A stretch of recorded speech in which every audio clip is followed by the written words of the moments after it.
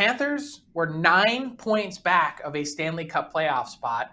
They not only closed the gap, but they're likely to head into the playoffs now in the 7th seed as the number 1 wild card, which kind of gives them a bit of a leg up when it comes to their first round matchup and the side of the bracket that they're on. Because let's face it, the route to the Stanley Cup final, I think, is going to be a lot easier on the Metropolitan Division side of the bracket, facing, one of either the Carolina Hurricanes or New Jersey Devils in round one, as opposed to going up against what's been the best team in regular season NHL history, the Boston Bruins, setting the points record, 133 points on Tuesday night.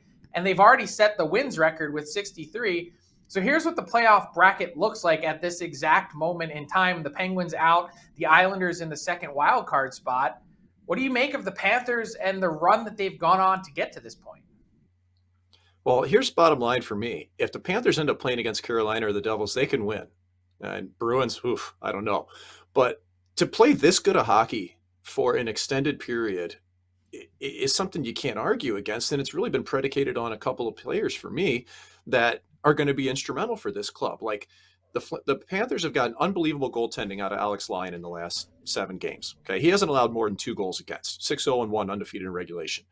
Now, he doesn't have to continue being undefeated all the way through, but he's got to play that level of hockey again, and he should be their number 1 goaltender. I also love that the Panthers tweeted out a graphic showing Alex Lyon prominently displayed when they clinched. For a guy that's only played about a dozen games this year, this is pretty cool to see him right in the middle.